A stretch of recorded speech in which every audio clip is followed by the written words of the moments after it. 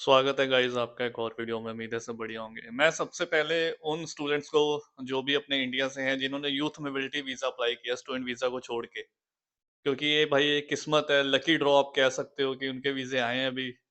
तो बहुत अच्छा लगा। सिर्फ खर्चा पता है आपको, बताऊं कितना आता है यूथ मोबिलिटी वीजा का? 1.5 से 2 लाख इतना ही लगता है। मैं आपको बताऊंगा। इस वीडियो में हमने वर्क परमिट के बारे में ही बात करनी है, क्योंकि वर्क परमिट पे आप लोग यूके कैसे आ सकते हो, काफी सारे ऑप्शन है वर्क परमिट पे। तो उस पे आते हैं। सबसे पहले उनको कांग्रेचुलेशन जिनके वीजे आए हैं, क्योंकि मेरे को आप लोग मेल कर रहे हो कि पाजी हमारा वीजा ग्रांट हो गया, यूथ मोबिलिटी वीजा। भाई 2 साल का वर्क परमिट, और क्या चाहिए आप लोगों को, है ना? तो खर्चा भी कुछ नहीं, 2 साल में आप अच्छा अपना अर्न करोगे। बाकी आप यहाँ पे आके जॉब करोगे तो काफी कुछ पता लगेगा। बट वो वीजा स्टैंड नहीं होता है, मैं आपको बता दूं। तो फिर भी 2 साल का बहुत टाइम होता है, 2 साल बहुत होते हैं। तो आप बहुत अच्छी अमाउंट सेव करके अगर कल को वापस भी जाना है तो वापस भी जा सकते हो। उस 2 साल के दौरान आप यूरोप का ट्रिप मार सकते हो, अपने टूरिस्ट वीजा लगा सकते हो, कनाडा का, यूएस का, उस 2 साल के अंदर अंदर। तो ये चीज है। एक बार इंडिया से बाहर निकलना मुश्किल होता है, बट अगर आप इंडिया से बाहर निकल जाओ तो फिर काफी सारे ऑप्शंस होते हैं आपके पास। तो आप सबको लॉट ऑफ कॉन्ग्रेचुलेशन जिनके यूथ मोबिलिटी वीजा है और जिनके स्टूडेंट वीजा भी आए हैं ना, उनको भी लॉट ऑफ कॉन्ग्रेचुलेशन। तो खैर, जनवरी इनटेक की एप्लीकेशन ओपन है। और मेरे को स्टूडेंट पूछ रहे हैं कि पाजी जनवरी इनटेक कब तक ओपन रहेगा, तो मैं आपको बता दूं कि अभी आपके पास 15 से 20-25 अक्टूबर तक टाइम है। भाई वो डिपेंड करता है यूनिवर्सिटी टू यूनिवर्सिटी। अगर तो देखो सीट्स रहेंगी तो इनटेक ओपन ही है, और काफी सारी यूनिवर्सिटीज हैं हमारे पास। अगर आप मेरे थ्रू अप्लाई करना चाहते हो, डिस्क्रिप्शन में मैंने आपको फॉर्म दिया हुआ है। तो 3 to 5 वर्किंग डेज में ऑफर लेटर आ जाएगा। अभी 3 to 5 वर्किंग डेज में ऑफर लेटर आ जाएगा, कोई प्रॉब्लम नहीं है। अभी ऑलरेडी यूनिवर्सिटी ने ऑफर लेटर देने स्टार्ट कर दिए हैं। तो आप मेरे को कांटेक्ट कर सकते हो, डिस्क्रिप्शन में मैंने आपको लिंक दिया है। अपने डॉक्यूमेंट प्लीज अपलोड करना उस फॉर्म पे, स्टूडेंट वीजा एप्लीकेशन फॉर्म पे, ताकि मेरे को आपकी प्रोफाइल पता लगे। तो अभी बात कर लेते हैं कि वर्क परमिट के बारे में, क्योंकि अपने जो इंडिया में जनता है ना, जितनी भी मतलब वीडियोस देखती है मेरी, वो चाहते हैं कि हम यूके वर्क परमिट पे कैसे आ सकते हैं। और वर्क परमिट के नाम पे इंडिया में क्या हो रहा है कि बहुत भाई स्कैम हो रहा है, बहुत ज्यादा स्कैम हो रहा है। तो वो चीज भी हो रही है, और कुछ लोग वर्क परमिट पे आ भी रहे हैं। जो तो देखो इंडिया, इन्फोसिस, टीसीएस, ऐसी बड़ी बड़ी कंपनी में जॉब कर रहे हैं जिनका तो सैलरी पैकेज अच्छा है। मैं उनको रिकमेंड नहीं करता कि वो अपनी जॉबें छोड़ के, क्योंकि मेरे साथ वो सेशन बुक करते हैं, 1 to 1 सेशन बुक करते हैं कि हरनीत हम यहाँ पे, हमारा जो सैलरी पैकेज है 20 से 25 लाख है। भाई 20 से 25 लाख अगर साल का आप इंडिया में कमा रहे हो, तो भाई क्या करना है आपने बाहर आकर? मैं कितनी बार आपको समझा चुका हूँ। क्योंकि मेरे साथ ना सेशन बुक होते हैं, वो बुक करते हैं और अपनी प्रोफाइल के बारे में जब मेरे को बताते हैं, भाई कुछ पंगा लेने की जरूरत नहीं है। टूरिस्ट वीजा पे आओ, अगर आपको घूमना ही है यूके, 15-20 दिन का ट्रिप मार के जाओ, वीजा आपको मिल जाएगा। अगर आप आईटीआर वगैरह भरते हो, अगर आप 2 साल की आईटीआर भरी हुई है, इतना बढ़िया आप सैलरी पैकेज इंडिया में ले रहे हो, तो मैं कोई आपका पॉइंट समझता नहीं कि आपको आना चाहिए इतनी इन्वेस्टमेंट करके। क्योंकि यहाँ पे यार सेविंग नहीं होगी आपकी। वो जब आप आ जाते हो फिर आप रिग्रेट करते हो। यहाँ पे क्या सीन हुआ था कि मेरे नॉन में एक फ्रेंड है, ठीक है, अभी हम कभी कभी बात होती है हमारी, बहुत रेयर। तो वो आया था, ठीक है, 4 महीने बाद ही वापस चला गया। उस भाई की भी सैलरी बहुत अच्छी थी, और उसका यहाँ पे दिल ही नहीं लगा, उसने गलत डिसीजन ले लिया। उसकी फैमिली भी थी, और उसको यहाँ का माहौल नहीं अच्छा नहीं लगा ना। अपनी अपनी चॉइस होती है। तो मैं वही कह रहा हूँ कि जो मौज मस्ती है, खाना पीना, जो भी हम घूमते फिरते हैं, क्लाइमेट क्लाइमेट यहाँ का डिप्रेसिंग होता है विंटर में। आप विंटर में ज्यादा घूम नहीं सकते। आप बोलो कि विंटर में हम कोई ट्रिप कर लेंगे, तो विंटर में आप ज्यादा घूम भी नहीं पाओगे। सारा दिन काम से घर, घर से बस इतना ही रहता है, बस घर के अंदर रहो, बाहर जाने का दिल नहीं करता। 4-5 महीने विंटर के बहुत डिप्रेसिंग होते हैं।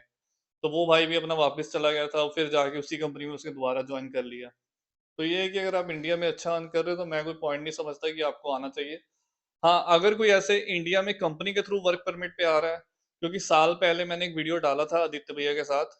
वो पॉश कंपनी में जॉब कर रहे थे, वो इंटरनल डिपार्टमेंट होता है जो इनका।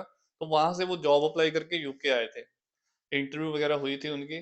तो ऐसे वो स्किल्ड वीजा उनको मिला, और वो यूके में है। अच्छा चल रहा है उनका, जॉब अच्छी कर रहे हैं, उनका एक्सपीरियंस अच्छा रहा। सैलरी पैकेज भी उनका भी अच्छा है, इंडिया में भी अच्छा था। अगर आपको ऐसी अपॉर्चुनिटी मिलती है वर्क परमिट के थ्रू इंडिया इंडिया से बाहर निकलने की, then you can come. Otherwise आप सोचो कि आप जॉब कर रहे हो, आप सोचो कि 15 से 20 लाख की हम इन्वेस्टमेंट करें, स्टडी करें, कोई डिग्री करें, फिर आप बाहर आ जाओ, तो मैं कोई पॉइंट नहीं समझता। अगर आप आना भी चाहते हो ना, तो आप किसी कंपनी में इंडिया जॉब कर रहे हो, कोई आईटी कंपनी में कोई भी जॉब कर रहा है, तो आप सीधा जॉब अप्लाई करना स्टार्ट करो। जॉब अप्लाई करोगे, फिर आपको जॉब ऑफर लेटर आता है, फिर वो कंपनी आपको स्पॉन्सर करती है, देन यू कैन अप्लाई, है ना? फिर आपका वीज़ा आप अप्लाई कर सकते हो, फिर आप आ सकते हो, उसमें आपका खर्चा भी कुछ नहीं आएगा। और जो इतनी अच्छी-अच्छी सैलरी ले रहे हैं, मैं कोई पॉइंट नहीं समझता कि आप लोग स्टडी में आओ, क्योंकि कोई फ़ायदा नहीं है 15 से 20 लाख लगाने का, क्योंकि फीसें भी बढ़ चुकी हैं। हाँ, जिसका इंडिया में कुछ नहीं बन रहा है, तो जिसकी सैलरी बहुत कम है, जिसका इंडिया में कुछ नहीं हो रहा है, तो वो तो ऑब्वियस है निकलना चाहिए इंडिया से।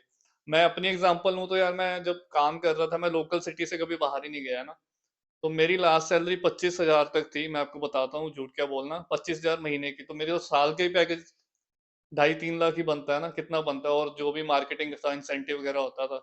तो मैं सोचता हूँ कि ढाई 3 लाख चलो ठीक है, मेरा बनता था कि मैं चल निकलूँ यहाँ से, है ना? आप लोग भाई 10 गुना ज़्यादा 24 से 25 लाख, 30 लाख तक कर रहे हो, तो फिर मैं समझता हूँ कोई पॉइंट नहीं है। हाँ, अभी यहाँ पे क्या है कि जो यूथ मोबिलिटी वीज़ा है, जिसके बारे में थोड़ा बात करना चाहता हूँ, क्योंकि मेरे को ये भी आप पूछ रहे हो कि कैसे अप्लाई करना है। देखो ये यार एक एक लकी ड्रॉ कह सकते हो, हर किसी को नहीं मिलता, आपकी किस्मत अच्छी है तो मिल सकता है, इसको अप्लाई कर सकता है कोई भी, फीस इसकी कुछ भी नहीं होती है, ऑनलाइन अप्लाई करना होता है, कोई इसमें आपको आईलेट्स नहीं चाहिए, कोई इसमें कोई इतनी रिक्वायरमेंट भी नहीं है।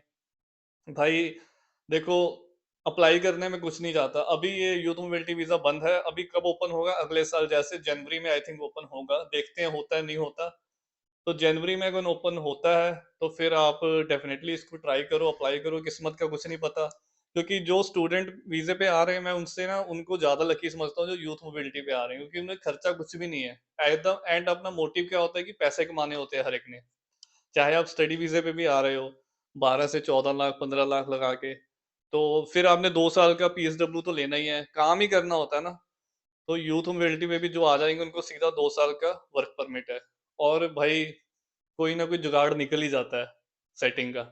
तो वो सब जब आप आओगे तो आपको पता लगेगा। और इसके बाद केयर होम वाले वीज़े भी मैं यहाँ पे डिस्कस करना चाहता हूँ, जो वर्क वीज़ा केयर होम में मिल रहा है।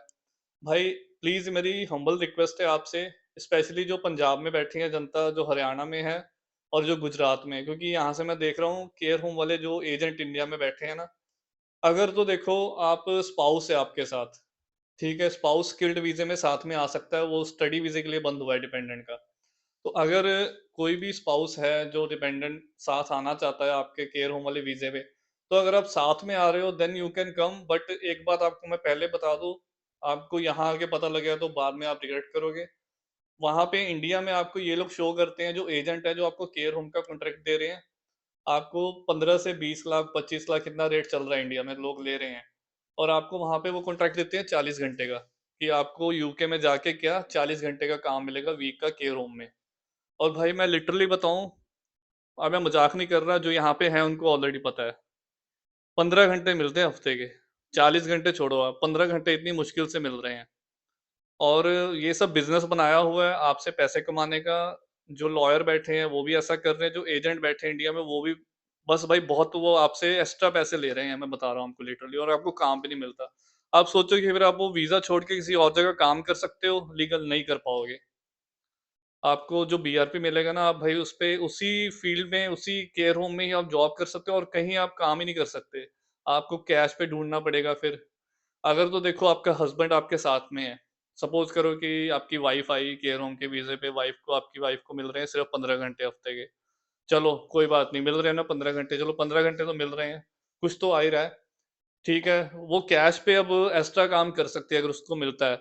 बाकी जो उसका हस्बैंड है वो कहीं भी काम कर सकता है एज़ अ डिपेंडेंट। वो फुल टाइम लीगल कर सकता है, तो ये सपोर्ट हो जाती है। फॉर एग्ज़ाम्पल अगर सोचो, क्योंकि क्या हुआ कि वूस्टर में एक लड़की थी, मैं आपको बताता हूँ, उसने मेरे को अपनी स्टोरी बताई। तो वो बेचारी आई केयर होम पे, 16 लाख लगा के आई, वूस्टर के आस-पास एक टाउन है छोटा-सा, तो उसमें आई थी वो, मालवंत था आई थिंक। मालवंत के आगे है एक छोटा-सा टाउन, तो वहाँ पे वो आई थी, तो उसको क्या हुआ कि घंटे नहीं मिल रहे थे, वो बड़ी परेशान थी, वो आई भी अकेली थी, है ना? तो भाई चाहे वो लड़का है, चाहे वो लड़की है, जो तो अकेला आएगा, उसको बहुत ज़्यादा ट्रबल होने वाला है, क्योंकि आपको घंटे नहीं मिलेंगे केयर होम वाली शिफ्ट में, 15 घंटे, 20 घंटे मैक्सिमम बता रहा हूँ, क्योंकि काम ही नहीं है उनके पास, उन्होंने बंदे इतने बुला लिए हैं, और सब पैसे कमाने के चक्कर में कंपनियों ने बंदे इतने बुला लिए हैं, फिर वो डिवाइड कर रहे हैं उसको 10-10, 15-15 घंटे देके। तो कपल्स के लिए इसलिए अच्छा है, क्योंकि डिपेंडेंट साथ में होगा तो वो बंदा आपका फुल टाइम काम कर सकता है। तो ये पॉइंट मेरा समझो, अगर आप केयर होम का भी प्लान कर रहे हो तो ये सब चीज़ें अपने दिमाग में रखो। अकेले आ रहे हो, मैं नहीं, आपको मैं तो मना करूँगा बिल्कुल, इससे अच्छा तो फिर आप स्टडी लेकर आ जाओ तो वो बेटर ही है।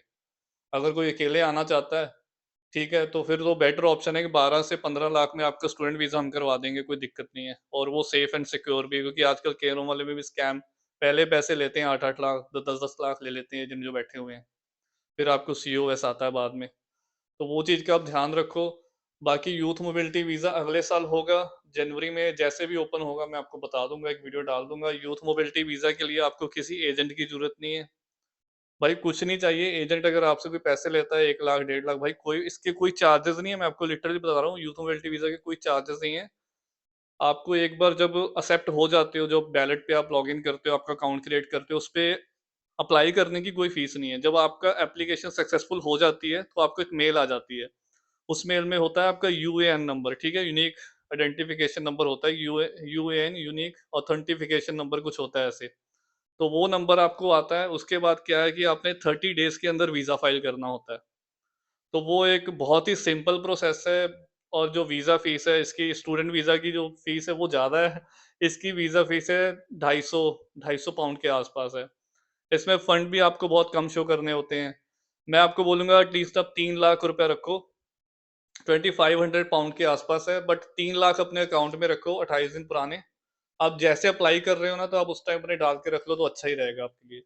एक और बात मैं यहाँ पे ऐड करना चाहता हूँ, मेरे दिमाग से निकल गई थी, क्योंकि मेरे को आप ये भी पूछ रहे हो कि पाजी 28 दिन ही पुराने चाहिए फंड। भाई ऐसा कुछ नहीं है। चाहे आप 2 महीने पुराने फंड निकाल लो, 1 महीने पुराने निकाल लो, भाई जितने पुराने हैं वो तो चलेगा ही चलेगा, वो तो बढ़िया है बल्कि। ठीक है, उसमें आपकी सारी ट्रांज़ैक्शंस आ जाएँगी। 28 दिन तो एक मिनिमम रिक्वायरमेंट है, क्योंकि इसमें बहुत कन्फ्यूज़न हो रहा है स्टूडेंट को कि पाजी 28 दिन ही चाहिए या 1 महीना या डेढ़ महीना, 2 महीना। भाई जितनी पुरानी है अच्छा ही है, बट जितना मैं बोलूँगा जितना एम्बेसी ने माँगा है उतना ही आप दो। अगर उनको चाहिए होता है तो वो आपको मेल कर देते हैं एम्बेसी वाले कि आपकी स्टेटमेंट हमें दोबारा चाहिए। और कभी भी स्टेटमेंट ऑनलाइन जनरेट करके मत अपलोड कर देना, प्रॉपर बैंक से लेना, जाके स्टैंप लगवाना, मैनेजर के साइन करवाना, बैलेंस सर्टिफिकेट ले लेना, कोई एफडी है आपकी, वो मैंने सब पीछे आपको बताया। भाई जैसे स्टूडेंट वीज़ा के लिए आप शो करते हो ना, सेम टू सेम वैसे ही यूथ मोबिलिटी वीज़ा के लिए आपने शो करने हैं। और ये सब इसका खर्चा है 1.5 से 2 lakh maximum health insurance fees आपकी जाती है। वो आपकी ऑलमोस्ट 900 पाउंड के आसपास जाएगी 2 साल की। बस मेरा यहाँ पे एक्सप्लेन करने का मोटिव ये है कि जो एजेंट इंडिया में बैठे हैं ना, वो यूथ मोबिलिटी वीज़ा के नाम पे भी आपसे एडवांस 1-1 लाख ले रहे हैं, 1.5 लाख ले रहे हैं कि हम आपका यूथ मोबिलिटी करवा देंगे। भाई वो भी नहीं करवा सकते, ये एज़ अ लकी ड्रॉ है, मैंने आपको स्टार्टिंग में बता दिया। और ये खुद अप्लाई करो, किसी एजेंट की ज़रूरत नहीं है। इवन कि आप मेरे को भी कॉन्टैक्ट मत करना कि पाजी आप करवा दो हेल्प इसमें, आप अप्लाई कर दो। भाई लिटरली बहुत सिंपल है इसका, स्टूडेंट वीज़ा से तो बहुत सिंपल ही है, कुछ भी नहीं करना है और कुछ रिक्वायरमेंट भी नहीं है। तो आप खुद अप्लाई करो, कोई पैसे नहीं है इसके। जब आपकी एक्सेप्टेंस हो जाती है, जब आपको ये नंबर आ जाता है जो मैंने आपको बताया, यूएएन नंबर, उसके बाद आपने जस्ट वीज़ा फाइल करना है, फिर आप उसके बाद ट्रैवल कर सकते हो कभी भी। तो ये सीन है इसमें।